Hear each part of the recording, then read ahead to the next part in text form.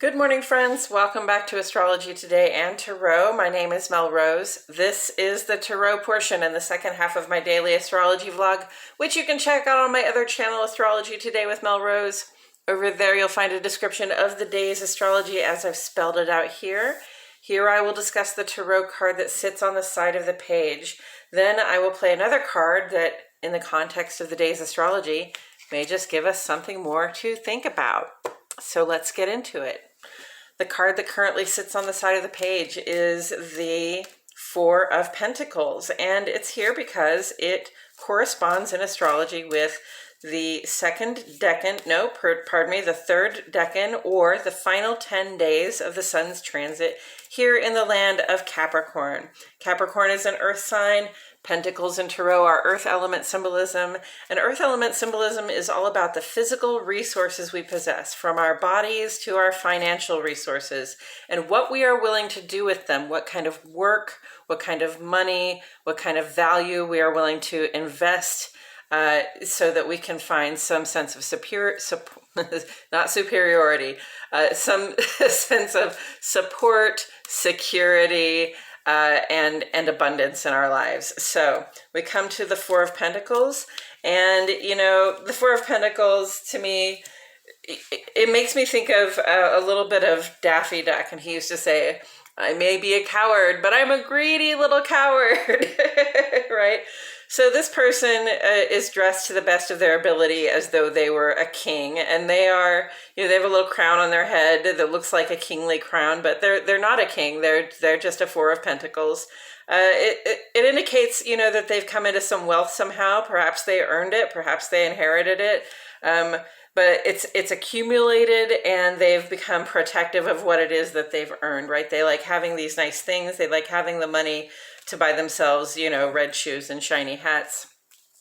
And being conservative is really good for your sense of support and security in the world. It can really make you feel like you've got a stable footing if you know you've got money in the bank to pay for whatever might arise, right?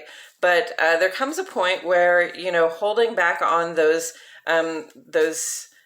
resources that we have, kind of adds up to being stingy, right? So if you have enough money that you'll be able to take care of yourself, and then somebody that you care about or somebody that really well could use a little assistance, and you don't show up to provide that assistance even though you can, then we're getting into the zone of being stingy with our resources. And that's work investment, what you're willing to show up and do, with your body for your friends, like helping them move, showing up for them when they're struggling, but also, in terms of your financial resources or just your physical resources, right? Like, if your sister is going homeless and you have a big enough place, you have a place where you can, house her, then, it would be really stingy to allow her to continue to go homeless, right? So it's basically, conserve your resources, be happy to be able to save your money. That's all well and good. Be happy to be able to conserve your physical well-being as well. Don't put your work into things that don't have value, right? But understand that the value goes beyond the physical resources. The value also goes into the connections that we share with other people. And with that said, I'm going to turn this card over. That was the one that flipped over for me anyway. And we have the King of Cups. So the King of Cups is about, Cups is water element symbolism. Water element symbolism is about our emotions, our intuitions, the sort of, the sensation side of being, the sort of stuff that goes on within us. In response to the stuff that's going on outside of us, right? So the King of Cups here represents a level of mastering the emotions, mastering the part of us that, can get riled up and upset very easily, the part of us that responds in, perhaps a heightened emotional way to certain circumstances or certain, things that are happening. And also, mastering this sense of our intuition coming up. See, sometimes we have an intuition about something and we're spot on about it. And then sometimes we have an intuition about something and it's like our emotions have built it into something that it really isn't. So our intuitions might take us so far in the situation, but they don't take us all the way because our emotions sort of clouded our judgment, right? The King of Cups has learned to be a master of their emotional responses, a master of their intuitive responses, and they do that by applying a certain amount of calm, rational approach. Okay, so King of Cups, the rational approach, that's a swords kind of approach. So the King of Cups has learned to bring a sort of, clarity, a sort of radical acceptance of what is true in the moment, a sort of clarity of purpose to their emotional mindset, right? And having that mastery, they're able to solve problems more easily for themselves and for others. Remember, a king is somebody that a lot of people rely on, right? So the mastery doesn't just matter to them and their life; it matters to the lives and livelihoods of the people that rely on them. So this person has learned to use the emotion, use the intuition, follow it, but to do it in a rational way that acknowledges and accepts what is truly happening in the situation anyway. And where do we see this on the page? Well, I do see the moon. I associate the moon very closely with water. The moon is the moon rules the sign of Cancer, which is our fixed water element.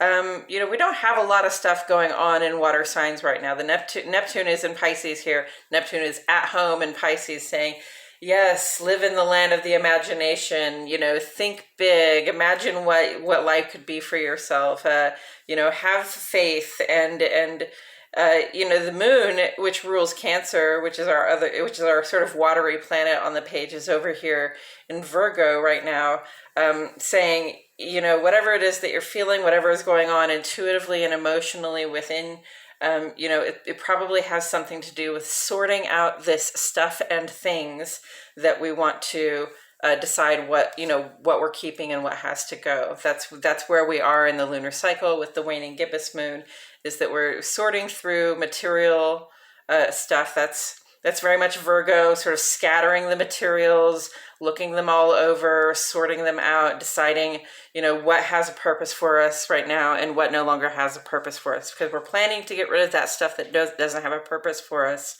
after we reach that third quarter moon on Saturday. Moon is in opposition to Neptune today, so that can be a little bit of that can be an extra emotional vibe. We can find ourselves feeling either feeling somewhat conflicted between sort of what we have to work with and what we wish we had to work with, right? What the material reality of our life is right now, right? The part that we have to rationally accept, and really what our bigger, longer term dreams for ourselves are, or what our ideal circumstances are right now. So perhaps we're sorting through the stuff that we have and we're thinking, I'm getting nowhere near this ideal. I wish I could get rid of all of this stuff. It would probably bring me closer to my ideal, right? Maybe feeling somewhat emotional about where we are and where we'd like, as opposite to where we would like to be. And so we have to engage that sense of radical acceptance to really look around us and understand, okay, so yes, we would like things to be different, but it is what it is right now. And the best we can do is to eliminate from our sphere what it is that no longer serves a purpose for us, what's taking up space, what's taking up room, what's taking up time and consideration that we no longer need here.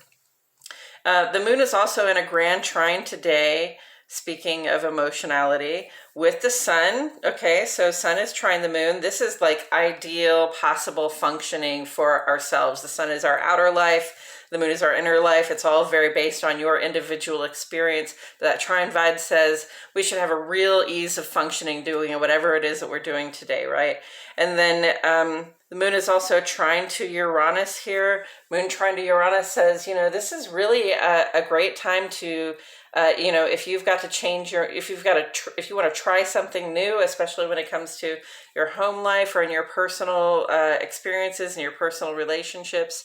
If you're a little bored with the ordinary and you want to go, have some fun with a new some sort of new way of doing things, it's a good time to switch things up. It's an okay time really to change plans. Where Uranus is involved, I always say communicate with the people who you keep close, so they don't have to be surprised when you make that change, right?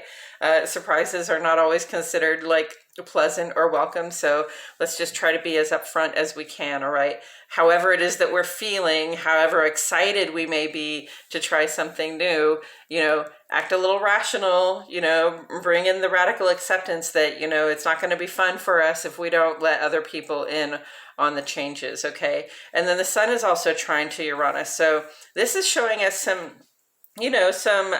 surprising, perhaps, exciting, perhaps, new, shifts that are coming about in our outer life, in the work, social, and civic sphere. Things are changing out there, and, it's a really positive time for us to notice those changes and, to sort of integrate them into our lives out there. So this grand trine is really blessed, the most blessed possible functioning, okay, for ourselves in our private life, in our personal heart of hearts, but also in our public life out there in the work, social, and civic sphere, to be experiencing changes, to be making changes, to be taking on exciting new information and perspectives and trying to apply them in our, in our worlds. And taken together with the Four of Pentacles.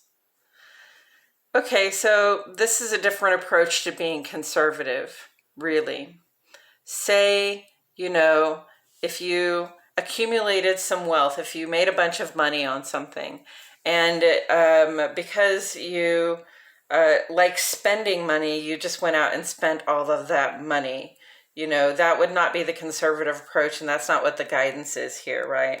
And say you had a very emotional experience, and because of that emotional experience, you allowed it to make you, make choices based simply on, what your emotions tell you want from the situation. Then you might have really frittered away the opportunity there to show some leadership, to show some self-mastery.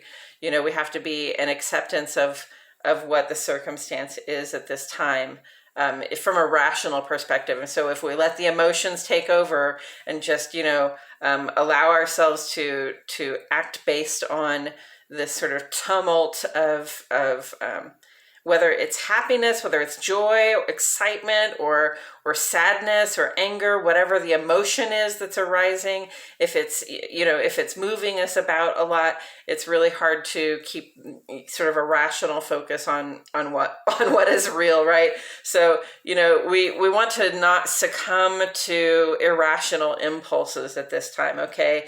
And that's, both the irrational impulse to spend all your money on stuff that is probably not going to work for you, or is, more than you need, but also, resisting the irrational impulse to conserve resources that you don't need when you see that you can help somebody else.